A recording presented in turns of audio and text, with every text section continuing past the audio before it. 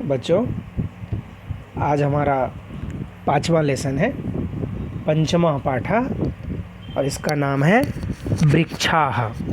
वृक्षाः यानी पेड़।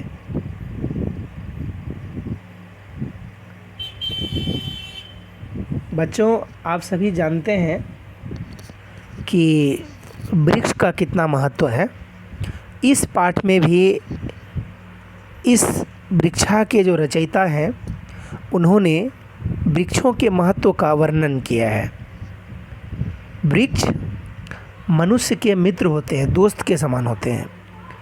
वृक्ष यानी पेड़ मनुष्य के लिए सर्वथा उपयोगी एवं कल्याणकारी है।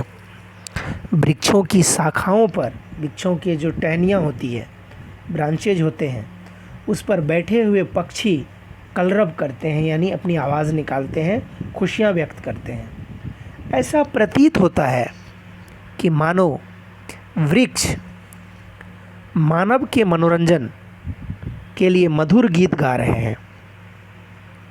वृक्ष केवल वायु का भक्षण करते हैं, यानी सिर्फ हवा पीते हैं और जल पीते हैं, परंतु वे मनुष्यों को फल देते हैं, छाया देते हैं, और इस तरह वस्तुतः वृक्ष मनुष्य के लिए हितकारी हैं। तो देखते हैं हमारा 5वां लेसन वृक्षाः। यहाँ पर देखिए कुछ पिक्चर्स दिए गए हैं और क्वेश्चन किया गया है कि वृक्षाणां विषये भवन्तः जानन्ति किम, कि वृक्षों के विषय में आप जानते हैं क्या। वृक्षाः किम कुर्वन्ति, वृक्ष क्या करते हैं। वृक्षाः परोपकारं कुर्वन्ति, वृक्ष जो है वे परोपकार करते हैं। ते परिसरस्य संरक्षणं कुर्वन्ति, वे किसी भी कैंपस का, परिसर का क्या करते हैं, संरक्षण करते हैं, उसकी रक्षा करते हैं। वृक्षाः किम यच्छन्ति, इस पिक्चर में देखिए, वृक्षाः किम यच्छन्ति, वृक्ष हमें क्या देते हैं, तो है वृक्षाः फलं यच्छन्ति, वृक्ष हमें फल देते हैं। आगे देखिए, वृक्षाः छायां यच्छन्ति, वृक्ष हमें छाया देते हैं। कड़ी धूप में हम कहीं धूप से आते हैं और रास्ते में कोई पेड़ या वृक्ष दिख गया तो हम थोड़ी देर वृक्ष की छाया में बैठ करके अपने श्रम को थोड़ा सा शांति प्रदान करते हैं। तो वृक्ष हमें छाया देती है। अत्र वृक्ष विषये पाठः अस्ति, यह जो हमारा पाठ है वह वृक्ष के विषय में है। एषः पाठः पद्य रूपे अस्ति, और यह जो पाठ है पद्य रूप में है, श्लोक रूप में है। पद्यस्य लेखकः कः, इस गीत के ये जो पद्य यहाँ दिए गए हैं इसके लेखक कौन है, लिखने वाले कौन है, तो पद्यस्य लेखकः श्रीमान हर्षदेव माधव। और इस गीत के यहाँ जितने श्लोक लिखे गए हैं इनके जो लेखक हैं उनका नाम है श्री हर्षदेव माधव। अस्मिन् पाठे किम् अस्ति, इस पाठ में क्या है, तो अस्मिन् पाठे वृक्षाणां महत्व वर्णनम् अस्ति, इस पाठ में वृक्षों के महत्व का वर्णन किया गया है, उनका उल्लेख किया गया है। अब देखिए यहाँ थोड़ी सी और पाठ की चर्चा हो रही है ताकि समझने में आसानी हो।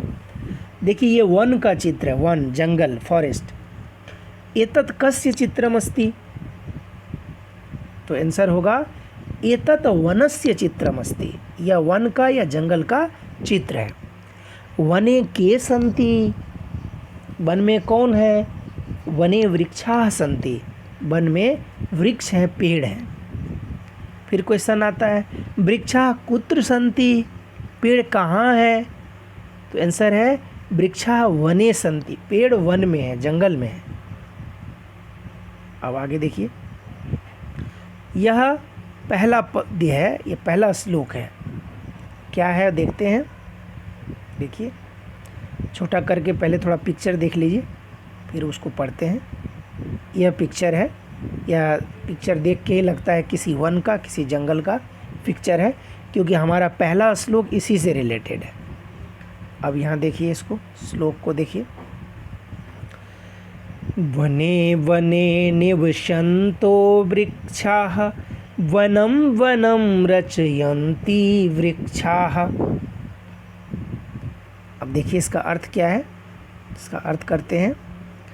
कहता है प्रत्येक वन में यानी प्रत्येक जंगल में क्या रहते हैं, वृक्ष रहते हैं, पेड़ रहते हैं। यदि किसी जंगल में पेड़ ना हो, वृक्ष ना हो, तो क्या हुआ, जंगल जंगल कहलाएगा? नहीं कहलाएगा। यानी प्रत्येक वन में, यहाँ जो वने वने दिया है ऊपर में, वने वने, वने वने का अर्थ होता है प्रत्येक वन में, इन ईच फॉरेस्ट।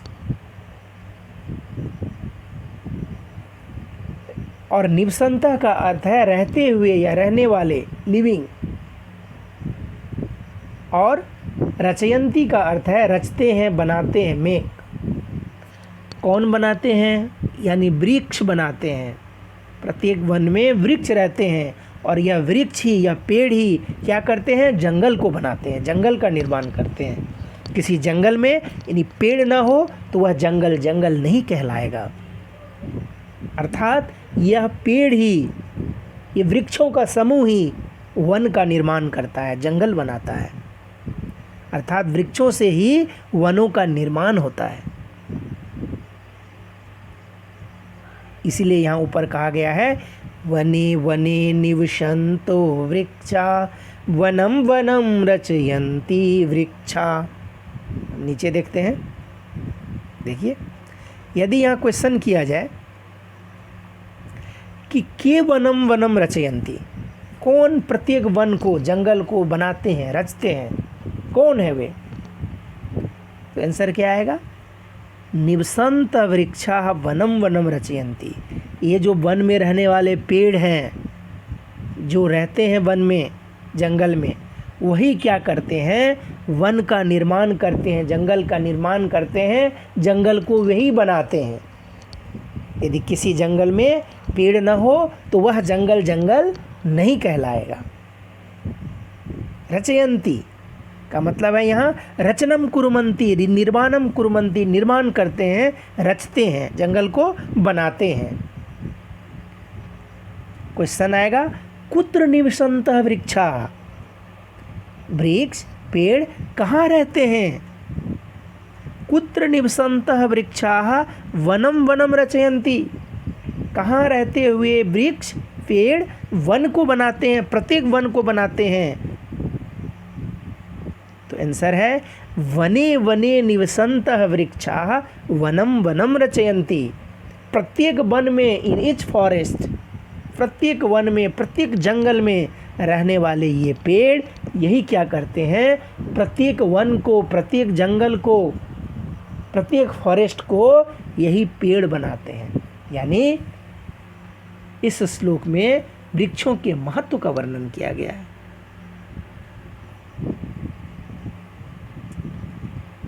अगला श्लोक देखिए। अगला श्लोक कहता है शाखादोलासीना विहगाः तैः किमपि कूजन्ति वृक्षाः। एक एक वर्ड को यदि पढ़ेंगे, शाखादोलासीना, ऊपर देखिए, शाखादोलासीना विहगाः तैः किमपि कूजन्ति वृक्षाः। एक एक वर्ड को थोड़ा तोड़ के देख लेते हैं। पद विभाग में देखिए, शाखादोलासीनाः विहगाः, विहगा मतलब होता है चिड़िया, खगा, पक्षी। तैः किम अपि कूजन्ति वृक्षा। यहाँ कहता है शाखादोलासीना विहगा, यानी शाखादोलासीना प्लस विहगा किमपि, किम प्लस अपि। अभी आप यहाँ इस पिक्चर में आइए, तब आपको बात समझ में आएगी। देखिए, शाखा बोलते हैं डालियों को, टहनियों को, ब्रांचेज जो होते हैं। जैसे इस पिक्चर में देखिए, यह किसी पेड़ का ब्रांच है। यहाँ बहुत सारी चिड़ियाँ ग्रुप में बैठी हुई है, बहुत सारी पक्षियाँ ग्रुप में बैठी हुई हैं। तो यह जो शाखा है, यह जो डालियाँ हैं, टहनियाँ हैं, यह जो ब्रांचेज हैं, उसके बारे में कहा जा रहा है। क्या कहा जा रहा है? नीचे वाला थोड़ा देख लीजिए पहले कि पक्षीगण यानी पक्षियों का समूह टहनी रूपी झूलों में, यह जो टहनियाँ हैं, यह जो पेड़ की टहनियाँ हैं, पेड़ की जो ब्रांचेज हैं, उसमें क्या कर रहे हैं? पक्षीगण टहनी रूपी झूलों में बैठे हुए हैं। पक्षीगण इन टहनियों में, इन ब्रांचेज पर क्या कर रहे हैं? झूला झूल रहे हैं। मानो यह टहनियाँ, यह जो ब्रांच दिख रहा है और चिड़ियों का समूह दिख रहा है, इनके लिए यह झूला के समान है। जैसे हम लोग या बच्चे झूला झूलते हैं, इन चिड़ियों के लिए यही टहनियाँ, पेड़ के यही ब्रांचेज झूला के समान है। और इस टहनी रूपी झूलों में वे बैठ के झूला झूलते हैं। अभी आगे और इसको एक्सप्लेन करेंगे। और वृक्ष उनके द्वारा कुछ भी कूकते हैं, और उन वृक्षों से, उन पेड़ों से जो आवाज़ आती है, वस्तुतः उन पेड़ों की आवाज़ नहीं होती है। उन पेड़ों पर जो वे चिड़ियाँ बैठी हुई हैं, पक्षियों का जो समूह बैठा हुआ है, उनकी आवाज़ आती है। और वृक्ष, वे पेड़, लगता है जैसे वे अपनी बात उन्हीं चिड़ियों के माध्यम से कह रही है। यहाँ कूजंती दिया हुआ है, देखिए श्लोक में, शाखा दोला सीना बिहगाह तहि किमपि कूजंती वृक्षा। कूजंती का मतलब होता है कूकते हैं या कूकती हैं, कूकना। और पिक्चर में देखिए, यह पक्षियों का समूह है जो टहनियों पर बैठे हुए हैं। और बिहगा का मतलब है पक्षी यानी खगः। यदि यहाँ पर क्वेश्चन किया जाए, बिहगा कथम संति, वे चिड़ियाँ किस तरह से बैठी हुई है, तो बिहगा दोला सीना संति। दोला सीना मतलब होता है झूलते हुए, झूला की तरह। और उन चिड़ियों के लिए झूला जो है यही पेड़ है, पेड़ की टहनियाँ हैं। और जब हवा बहती है और टहनियाँ हिलती है, तो मानो वह झूला झूल रही है। अभी आगे इसको और एक्सप्लेन करते हैं। कहता है, पहले एक बार अर्थ और देख लीजिए कि पक्षीगण टहनी रूपी झूले में बैठे हुए हैं, वृक्ष उनके द्वारा कुछ भी कूकते हैं। आगे देखिए, पहले आगे देख लेते हैं, फिर पीछे आएंगे हम लोग। शाखा दोला क्या होता है एक्चुअली, वह देख लीजिए। यहाँ पिक्चर में देखिए, ये दो पिक्चर है। पहला पिक्चर देखिए, इसको थोड़ा मैं बड़ा कर दे रहा हूँ। ये देखिए, टहनी पे चिड़ियाँ बैठी हुई हैं। अब यहाँ होता क्या है, यहाँ से पढ़ते हैं, यदा वायु बाति तदा किम भवति। जब वायु यानी हवा बहती है तो कहता है तब क्या होता है। कहता है तदा शाखा कंपन्ते, तब क्या होता है, इन पेड़ की जो शाखा है, जो ब्रांच है, जो टहनियाँ हैं, वह हिलती है। और शाखा दोलायमाना भवन्ति, और वे टहनियाँ दोलायमान यानी हिलती हुई होती है। अब तब क्या होता है, शाखा दोलाह इव भवन्ति। दोला मतलब होता है झूला। और तब वह पेड़, तब ये पेड़ की जो शाखाएं हैं, टहनियाँ हैं, वे झूला की तरह हो जाती हैं। और फिर कहता है विहगा नाम दोला का अस्ति। चिड़ियों का झूला कौन सा है? चिड़ियों को तो कोई रस्सी बांध के झूला झूलने नहीं देता है, या चिड़ियाँ उस पर जाके झूला नहीं झूलती है। तो चिड़ियों का यानी विहगा नाम, चिड़ियों का दोला, झूला कौन सा है? कहता है विहगा नाम दोला शाखाएं बस्ती। चिड़ियों का झूला वे शाखाएं ही हैं, वे ब्रांच ही हैं, वे पेड़ों की टहनियाँ ही हैं। शाखा इदानीम शाखा दोला अस्ति। वे पेड़ की जो टहनियाँ हैं, इस समय में चिड़ियों के लिए वही झूला है। और मानो चिड़िया झूला झूल रही है। अब पीछे चलते हैं, अब क्वेश्चन समझ में आएगा। अब दोबारा एक बार पहले अर्थ देख लो। अब अर्थ है कि पक्षीगण टहनी रूपी झूलों में बैठे हुए हैं, वृक्ष उनके द्वारा कुछ भी कूखते हैं। अब क्वेश्चन आएगा कि विहगा कथम संति, चिड़ियाँ किस तरह के हैं? तो आंसर होगा विहगाः दोलासीनाः सन्ति, चिड़ियाँ झूलती हुई हैं, दोलासीना झूले की तरह झूलती हुई हैं। अगला क्वेश्चन है ते कुत्र आसीना सन्ति, वे चिड़ियाँ कहाँ पर बैठी हुई हैं? तो आंसर है ते शाखा दोलायाम आसीना सन्ति, वे सभी शाखा यानी टहनियों पर दोलायाम झूलते हुए बैठी हुई हैं। क्वेश्चन है अगला के शाखा दोलासीना सन्ति, कौन टहनियों पर झूलते हुए हैं?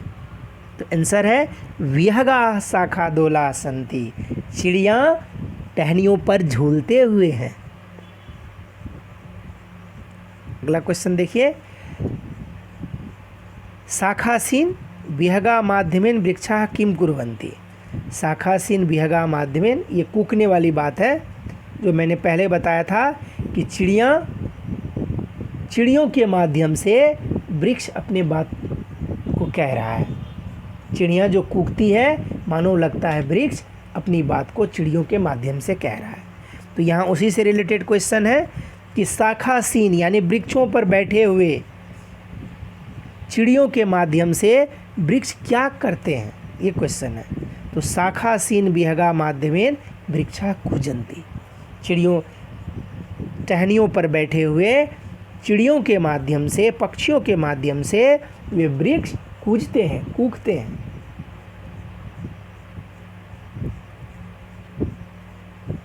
अब थर्ड क्वेश्चन देखिए, थर्ड जो पद्य है, थर्ड जो श्लोक है वो देखते हैं। पिबन्ति पवनं जलं संततं साधु जना इव सर्वे वृक्षाः। देखिए कहता है पिबन्ति पवनम जलम संततम, पिबन्ति यह क्रिया है, वर्ब है। पिबन्ति का मतलब है पानम कुर्वन्ति, ड्रिंक, पीते हैं। क्या पीते हैं? कहता है, यह क्वेश्चन है के पिबन्ति, कौन पीते हैं?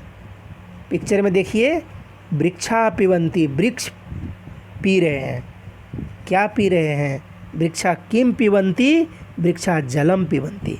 देखिए यहाँ पिक्चर में वृक्ष क्या कर रहा है? वृक्ष अपने जड़ के माध्यम से पानी पी रहा है। तो वही यहाँ पर कह रहा है श्लोक में, पिबन्ति पवनम जलम संततम साधु जना इव सर्वे वृक्षा, वृक्षाः संततम जलम पिबन्ति, वृक्ष लगातार हमेशा क्या कर रहे हैं? जल यानी पानी पी रहे हैं। तो वही क्वेश्चन आया यहाँ, के पिबन्ति, कौन पीते हैं? तो वृक्षा पिबन्ति, पेड़ पीते हैं। वृक्षा किम पिबन्ति, पेड़ क्या पीते हैं? वृक्षा जलम पिबन्ति, पेड़ जल यानी पानी पीते हैं।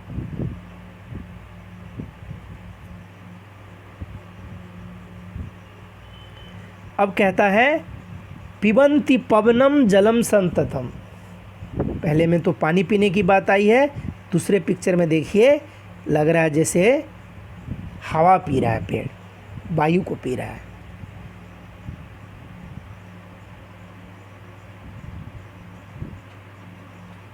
पिबन्ति पवनम जलम संततम, यानी वृक्षाः पवनम संततम पिबन्ति। पहले आया कि वृक्षा जलम संततम पिबन्ति, वृक्ष हमेशा पानी पीता है। दूसरे पिक्चर में आया कि वृक्ष हमेशा हवा पीता है।